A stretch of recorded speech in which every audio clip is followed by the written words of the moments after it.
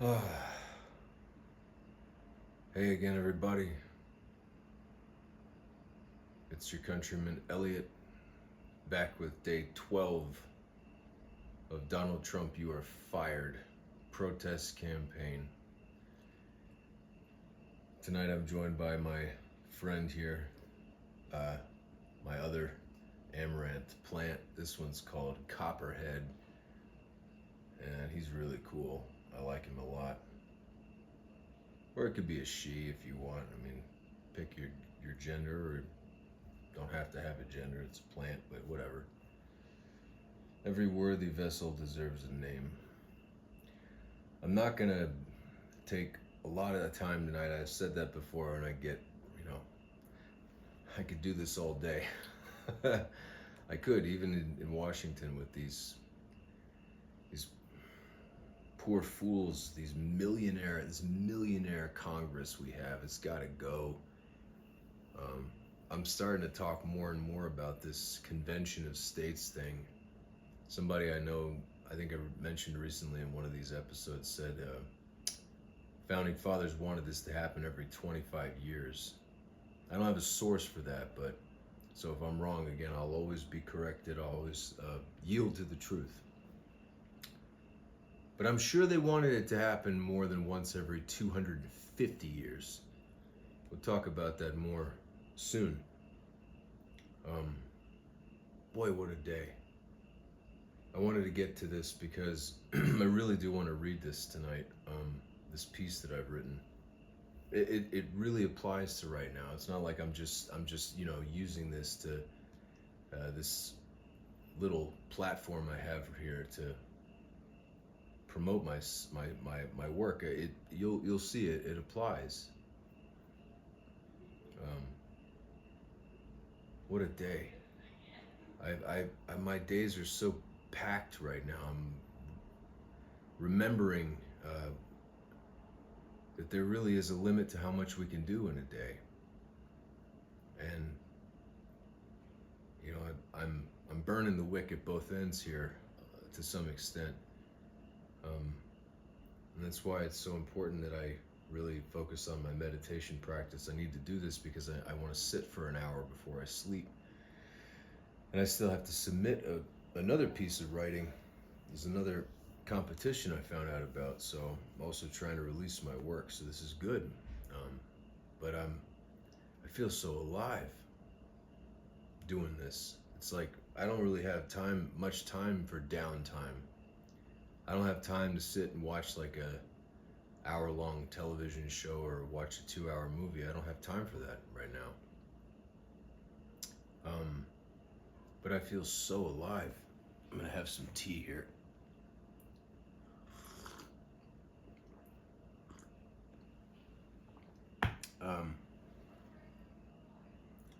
I realized these are some of the best days of my life. Even though I really don't want to do this, these are some of the best, most fulfilling days of my life. And I've already cried a lot tonight, just sort of talking through some things and what's going on in this country and all this other stuff going on in my personal life. It's so heavy, man. This is so heavy, like they used to say, like in the '60s. But I really, really want to share this. It's time to face our fears. I think a lot of us are afraid to get involved, afraid to, I call it activate, afraid to activate. I am so activated right now. I feel so alive, helping, doing anything I can, even just going on Instagram and putting comments like, look, here's my channel, here's something I did.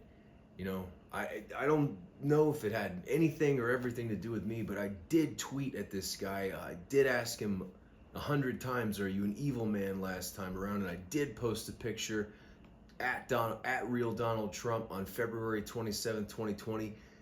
Me under a Fifth Avenue sign in New York City, and the next day, well, technically, I guess they said February 29th. It was a leap year that year. And then officially, I think March 1st, but really like that weekend, the COVID outbreak happened.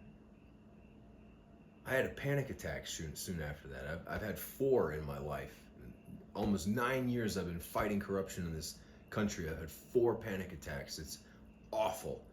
I don't even know it's happening until it's over. If I meditate, it doesn't happen. It's ridiculous. I didn't even know. Anyway, I want to share this. I really do.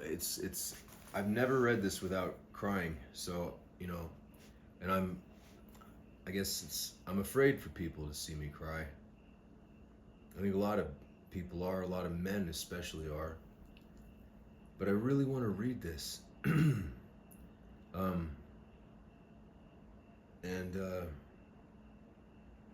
It's got, I might have closed out of the bibliography. Hold on.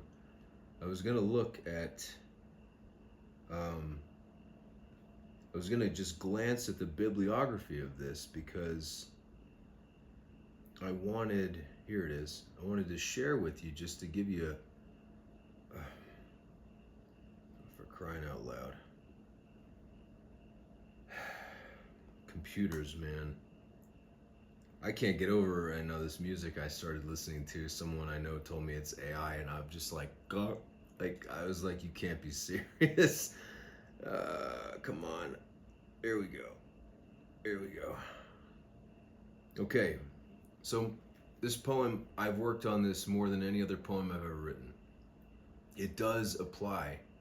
Its title is Snow Blossoms by Half-Light, and there's an intentional double entendre there. If you think about what that means, that's a sentence. Subject, snow, blossoms, verb, and then you have a preposition by Half-Light.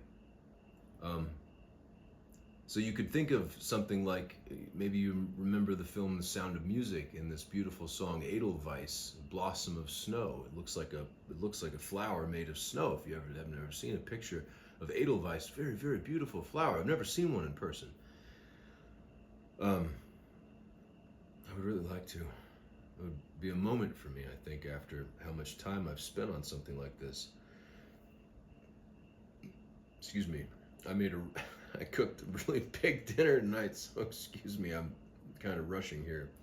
And my body has to catch up sometimes, but so you could think snow blossoms as a subject, think about that. Like flowers of snow by Half-Light, like in Half-Light in Twilight. But also there's this other idea. Snow will flower if we are not looking at things clearly, if we are only seeing half of the truth, for instance. If we are unwilling to face life on life's terms and to confront the reality as it is. The reality as it is that Donald Trump we're watching this guy's cheese slide all the way off his cracker in real time. The moral rot is so pronounced that even the grounds around the White House look like they're rotting away. Because he has no ability, he is such a beast, he has no ability to understand not to do things to enrich himself. He can't understand any other way.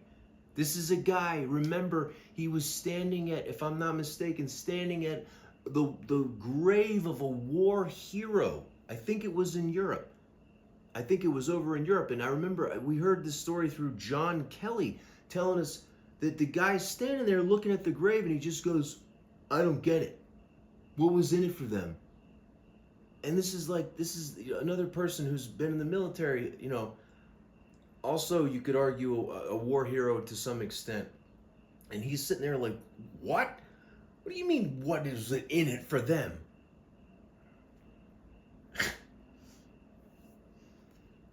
I think that the only book Donald Trump has probably ever read, maybe in the last 25 years, my opinion, I'm allowed to say this, I'm not defaming the guy. I have a right to express my opinion. It's protected by the First Amendment. I feel like the only book I bet he has read cover to cover in the last quarter century is probably Mein Kampf. The guy has admitted, and he recently compared himself to people like Adolf Hitler and Stalin, some of the greatest mass murderers in history. It's absolutely incredible. And what is he doing now? There's no one else to blame, and he's looking now, oh, communism.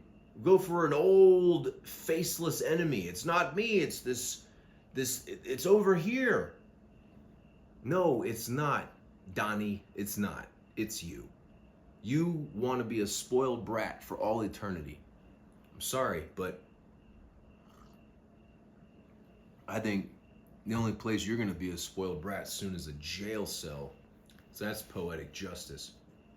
So I wrote this first in 2012. I hadn't revised it in a long time. I revised it the other day. I actually worked on it for the first time. I guess when I was younger, I was like worried I would mess something up. I had so many insecurities. I mean, I was a wreck when I was young. I had a really hard childhood. It was very difficult for me. I'm a very sensitive person. It was the first thing my mother ever said about me when she was asked by someone, "What's your son like?" She said, "He's so sensitive." The person she said that to told me as an adult. So in this piece, you're going to hear quotes from The Wizard of Oz, from Harry Belafonte's Banana Boat song, from the Monopoly game by Parker Brothers, from the Christmas is Coming nursery rhyme, from Sleeping Beauty, the Disney Sleeping Beauty from 1959, from Albert Einstein, from T.S. Eliot, 3 of his poems, The Wasteland, 2 of his 4 quartets, Burnt Norton and Little Gidding. These 2, 1936, 1945. I have the greatest of all possible respect for that man and his work, and anyone. I don't mean any disrespect. These things need to be heard, and it's just a tiny quote. If we're allowed to sample for music, that's all I'm doing. I'm just taking a little sample here. So if anyone has an issue, I'll take this video down. I mean, if the estate, say, for instance, Michael Ende, Die Unendlichgeschichte, the never-ending story, is the original German title of it, 1979.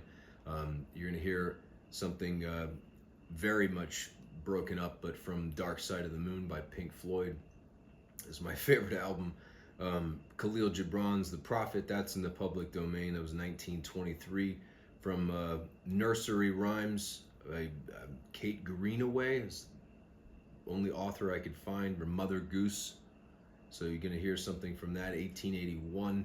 You're gonna hear some mention of some Star Wars. I mean, George Lucas, cited him here, 1977. The Sleigh Ride song, Mitchell Parrish, 1950. The Godfather film and book, Mario Puzo. And you're going to hear from Sound of Music, like I said, Edelweiss, I already mentioned that. So I'm going to read this now. I really don't want this to go on too long because I have other things I have to do. I have to meditate. But I really want to share this because it's time. I'm sitting on a mountain of work. I just typed up 2 new sonnets last night. I have 23 I haven't finished, but I have 127 of them that I have. So I typed up number 149 and 150 last night, which means I'm only 23 plus 4. I'm only 27 away from catching William Shakespeare's 154 milestone, which is really cool because I've got some time until I'm as old as he was when he passed away. I've got quite a bit of time, actually, so, well, maybe. Who knows? But anyway, I'm not going to do air quotes or anything. I'm just going to read this. This is called a contrapuntal poem, meaning it's possible to read this many different ways. I'm going to actually show you what we're looking at here before I start. I'm going to show you what it looks like, and I'm going to scroll down. So there's an epigraph, but you can read down this way over. There's no wrong way to eat a Reese's, and no right way either. But you can read this many different ways. It's supposed to be a unique experience, and that's part of the excuse I had when I was younger. Is it's meant to be a one-on-one thing. But you see, it looks like a big old storm of words, and then there's a sunrise breaking through at the end. So you can read down this way, you can read across. I think some of the greatest poems I've ever read, like Little Gidding by T.S. Eliot is my all-time favorite poem. And the one before it, the third of the four quartets, which is the one on which he decided to make them a set of four, is called The Dry Salvages. That's my second favorite poem of all time. Magical poems. I've spent 20 years studying them, and I get something different out of it every time. I think that's what a great poem is one of its functions, is we return to it throughout our lives, and it speaks to us differently as we age and as we grow as a human being and as a spiritual creature also. Anyway, without further ado, we're at 15 minutes, and this is probably going to take at least 10. And I will try. Oh, I don't know what's going to happen. I may get a little weepy, and if I do, well, I mean, you can remember my favorite film, The Big Lebowski. You know, are you surprised at my tears, sir? Oh, man. Strong men also cry. Strong men also cry. And poor Philip Seymour Hoffman, may he rest in peace, is over there. So, if you haven't seen it, do yourself a favor for some levity in time like this. Go watch The Big Lebowski. It's such a wonderful film. It never gets old. It never gets old for me. Anyway, with that said, if you're here with me, thank you for being here. I feel you guys. I feel what you're going through. If you feel angry, frustrated, if you feel alone, lost, confused, I'm with you.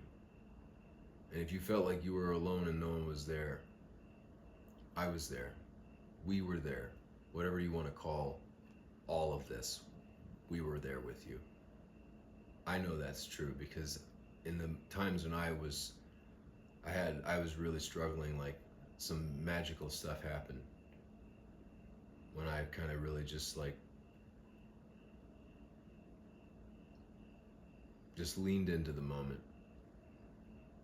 and relaxed this. It's okay. It's gonna be okay. You know, I snapped my fingers wearing the gauntlet the other day. If you haven't seen day one in this, go look. I know it seems silly, like I explained it. I didn't do this on purpose, but I have a real infinity gauntlet, and I did snap my fingers, and what I wish for is that all this darkness would wash away. And I talked to somebody on the phone today, somebody I work with tangentially sort of, and I didn't mention that.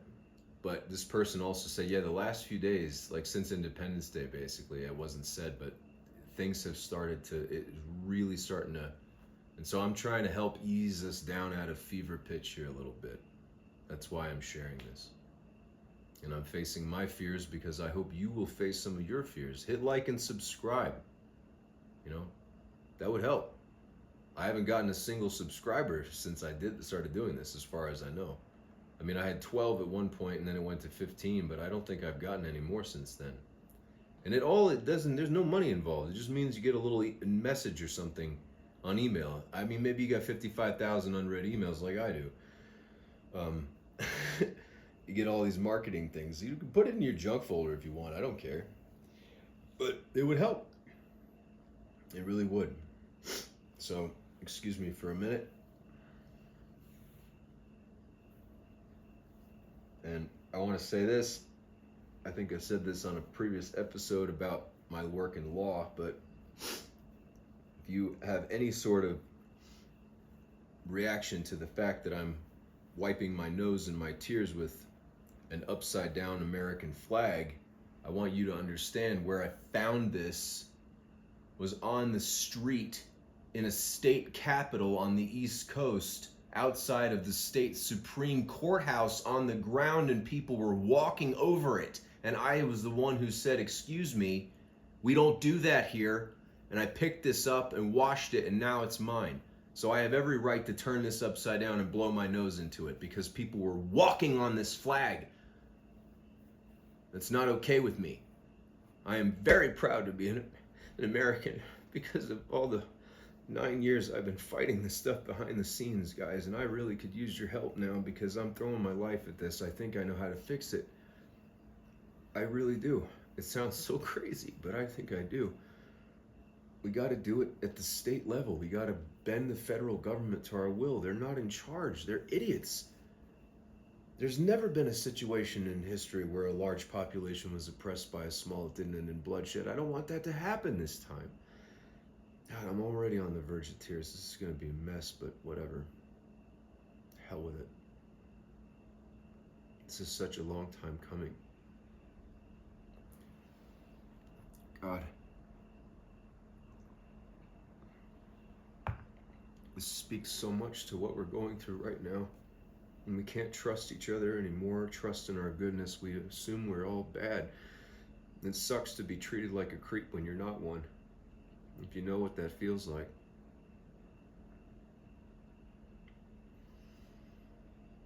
To have the worst assumed of you and to have that acted on first is a nightmare.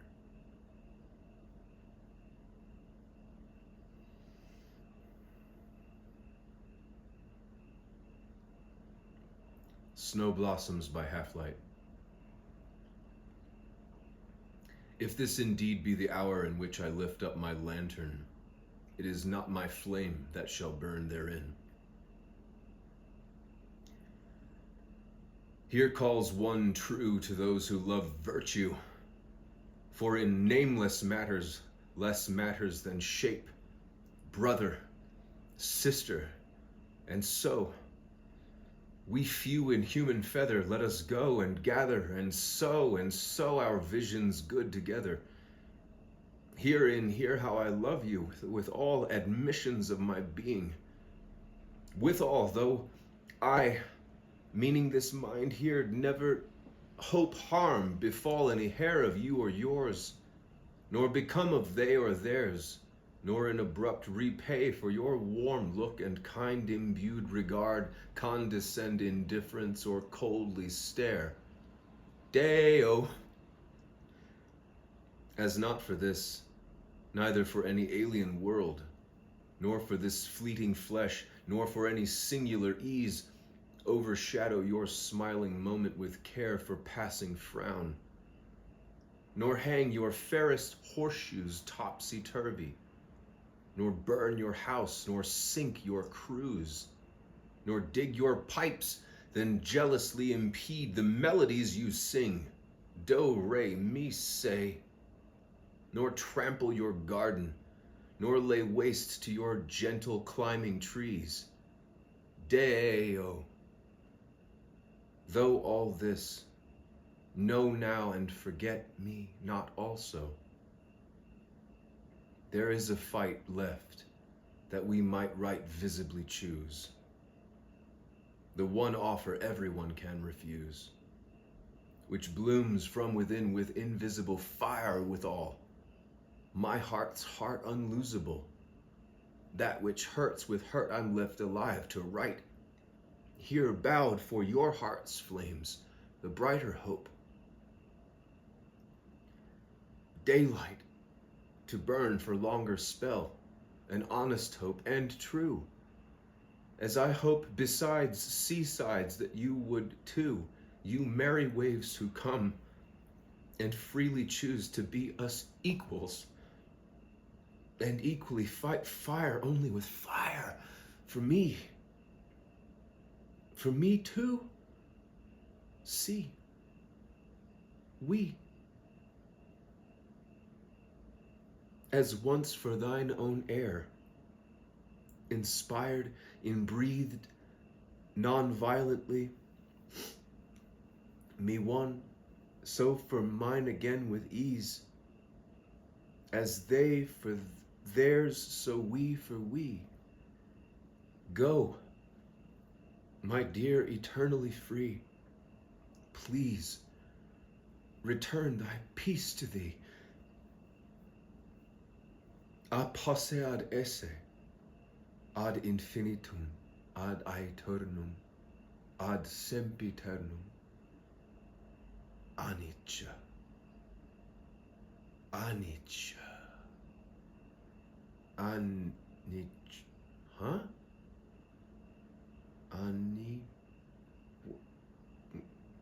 Who? Oh my. You.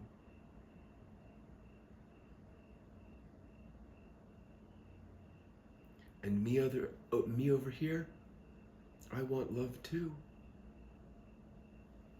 And me, I need help, I do. And me, yes, all of what is only, uniquely, so beautifully you. We need you. Because our hearts are breaking every single moment we look away and prefer to serve only our half-lit selves and self-serving agendas. Or worse, ignore. And I may never have the words to tell or other chance to say just how you help me soar. And lo, for I have known these feelings, known them all. When we give brief pause to our blaming systems, a halfpenny will do for a moment of stillness in which to listen. Just listen. If there were the sound, meaning for the courageous most in all of me, what melts my flows, tears from me in tears of water, practicing now, here, now, always, hearkening to no head noise more than to only whatever air at rest rests to be heard, which is ever yours. So breathe, breathe. The nothing has lost eternally as of today, so long as we learn to practice in the air. Acute awareness to the special edition cultivated ripplings blessing our every instant. Luck dragons, may we be awake at hearts now and forever. Blossom of fire, may you bloom and grow. Bloom and grow forever. Capital crooks and burners of books, may YOU be sung out loud. Hashtag thanks be and bright rays forever shine on what heavens may or may not be awaiting in advance token to boardwalk for the limitless freedom awarded for mere loss of, if you haven't got a halfpenny, what will again become no matter, whether in time, shape, or per chance, and pay owner. Sing for the truth as children, sing for the strength of love. Don't be afraid, Tin Man. Enough of why. Kill only our names. They separate and seed hate. Care. Consider my name and yours in ours. Expand, explore, exchange, experience big new non-monopoly money love. Grow together, we union of legacy. No more blood spatter matters, never mind wasted wastings and wasted things away. Level up, free electrons. No moss, no mass. Psst. Thrice the rental. Words, words, words. E equals what more words can words say? Plus giddy up, let's flow equals MC, not tomorrow, today, this moment, not the next, not sell all to which he is otherwise, but give only the very best dust. Humanity 2.0. There's no place like go. Go, go, said the bird. Bloom and grow forever. Edel, vice. End all vice. Ah, Nietzsche. Bless you. Cubed, breathe. For the leaves were full of unentitled wisdom of change. Anicca. But we're writing in a breath. lucky clover, there, wonderland of leave, roll over, and if you pass snow, brr, but don't leave me for long. Bless, rainbow rover, is you. My, don't play dead, no what way to live, home, the force, ways and land for the force will be with you always. And aloha, hi, I know you. I walked with you once upon a dream. I know it's true that visions are seldom all they seem, forever lasting. But, amen.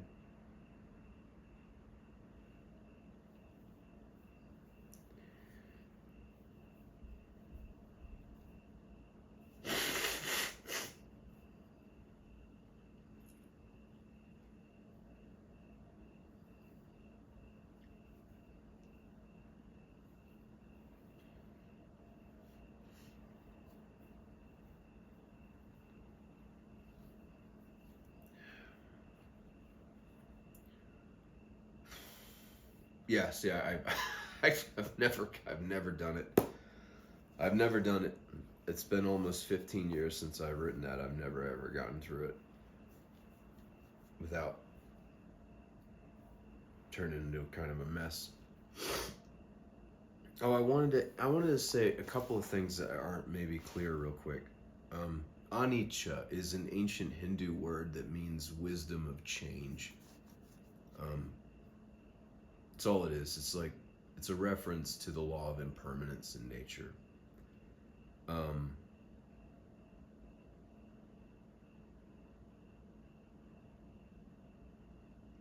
it's funny, I usually read the end of that, or I get to that.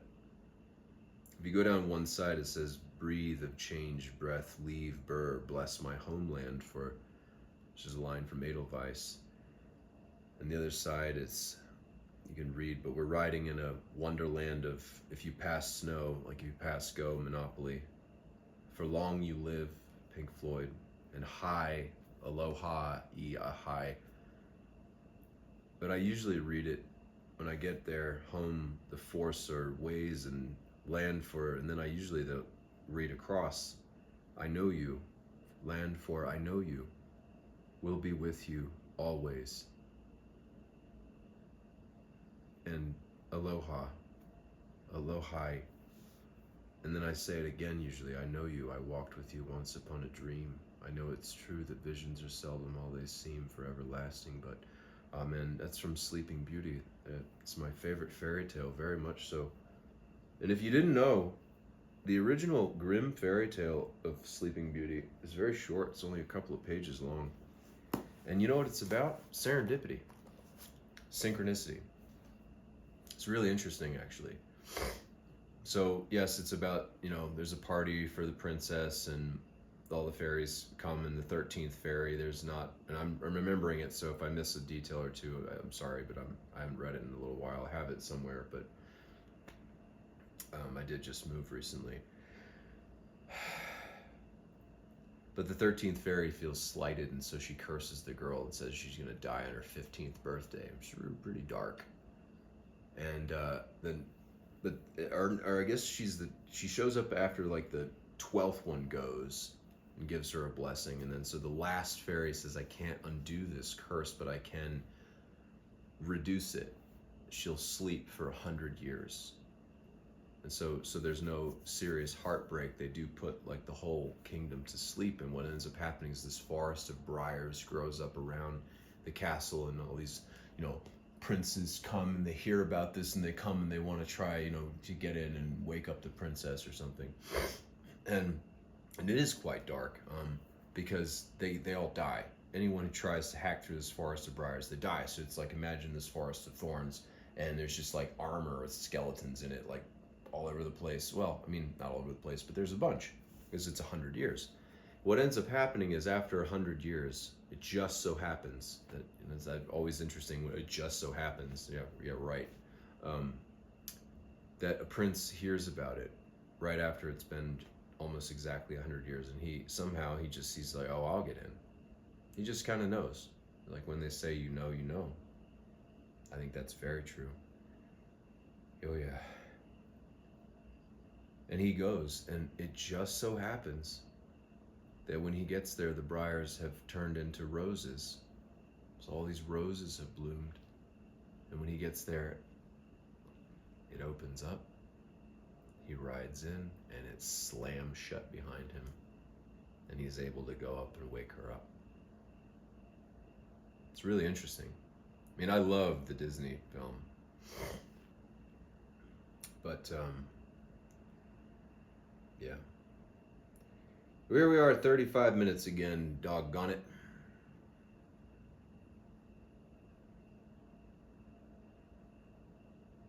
It's so funny to think about years ago, I would have been terrified to post this. But it's true, we can observe in nature that sometimes, I guess this might sound a bit grandiose to say this, but sometimes, maybe I can just say it this way. Sometimes some flowers take a long time to bloom. And sometimes those that take a long time turned out to be beautiful flowers. And they just needed time. I needed time. I might start giving you guys a sonnet maybe once a week. Just maybe a little spiritual pick-me-up. That's what I hope this is for you if you watch this. It meant a lot to me. I've worked on that poem over 100 hours. It used to be 4 pages long. It's intended to be part of a story in the future that I've been working on a long time. Won't go into that right now. It's like a plot device. Anyway. Can you feel it yet? Can you? It is starting to turn, guys. I think we've passed the nadir. Nadir means low point, if you're not familiar with that word. We've passed the low point. And it's coming back. And I think that it's kind of like with seesaw has hit one side and what I'm inviting you to do is to be part of the fulcrum, you know, the fulcrum here that the seesaw sits on. I'm saying the more that you do for your country right now, the more you activate. We need to start calling state governments. Why is Convention of States not in the national conversation? Well, I can tell you why I think it's not in the national conversation. Because the people who run the news companies are millionaires or billionaires. They don't want this to happen. Because they don't want us to outlaw lobbying. Because they don't want to not be able to go to Congress and, we'll do this for you, will you do this for us? I think that's why you're not hearing about it. Maybe the algorithm's stomping on it every time it comes up. I don't know. I don't really care. It's not going to matter. I snap my fingers.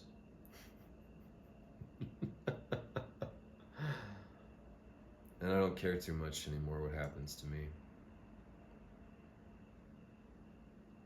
You remember, one day I'll read you the speech that Theodore Roosevelt, what a great president that guy was. Man, I would have liked to have met him. That famous speech he gave at the Sorbonne in 1910. It is not the critic who counts. It is not he who points out how the strong man stumbles. I think maybe that's what I'm going to do tomorrow. I'm going to read you guys that speech, what it sounds like a real president, and then it would be hard for me to transcribe it, but maybe I'll read you this speech I just saw someone took Trump's face out and just put the words over it. It's like It's like, and I think it's Marco Rubio who's just standing there just kind of like this. Like, I don't know what they promised you, bro, but I think you were one of these outspoken critics that, you know, if I'm not mistaken, the word coward actually comes from the French, and it has something to do with, it's etymologically connotes a dog tucking its tail between its legs. Yeah. Anyway, say it with me, guys. Try it on for size. You might like it. Donald Trump, you are fired. Day 12.